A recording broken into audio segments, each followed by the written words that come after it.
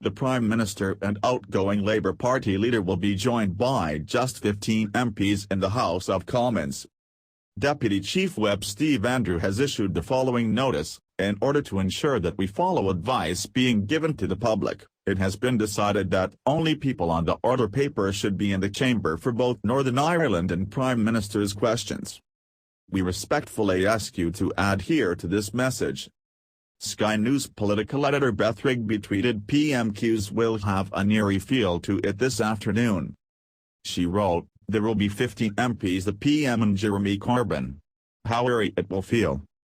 But government has to practice what it preaches in regard to distancing. We are really on war footing." PMQs takes place less than 24 hours after the government unveiled a huge £350 billion coronavirus rescue plan for the UK economy.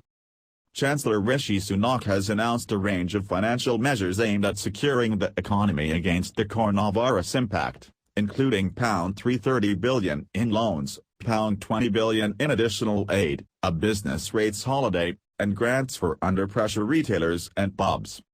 He promised to go further if the coronavirus situation worsens significantly, and if this bumper financial package doesn't prove to be enough. But the Labour Party immediately lashed out, with outgoing Shadow Chancellor John McDonnell saying he was disappointed the government's financial package of measures did not appreciate the urgency of the situation. Ian Blackford has urged Boris Johnson to meet him to discuss job losses which are happening now. He said yesterday's bailout announcement was welcome but not enough was being done now.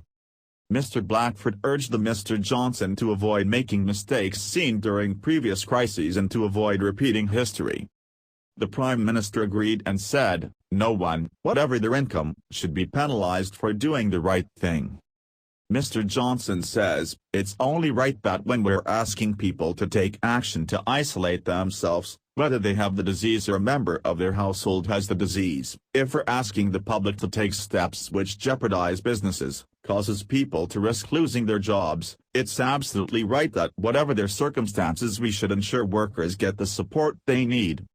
So in addition to the package of business support that the Chancellor outlined yesterday, we will be working with the unions, working with colleagues across the House, we will be bringing forward further measures to support workers of all kinds throughout this crisis. Boris Johnson tells an almost empty House of Commons the UK will step up coronavirus action by testing up to 25,000 per day. The Labour leader thanks ministers for their responsible approach in setting a suitable distance apart to avoid cross-fertilization of this horrible disease.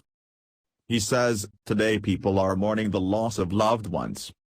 Many more will be suffering from the effects of coronavirus, including those already losing work or losing their jobs and worried about whether they can keep a roof over their heads."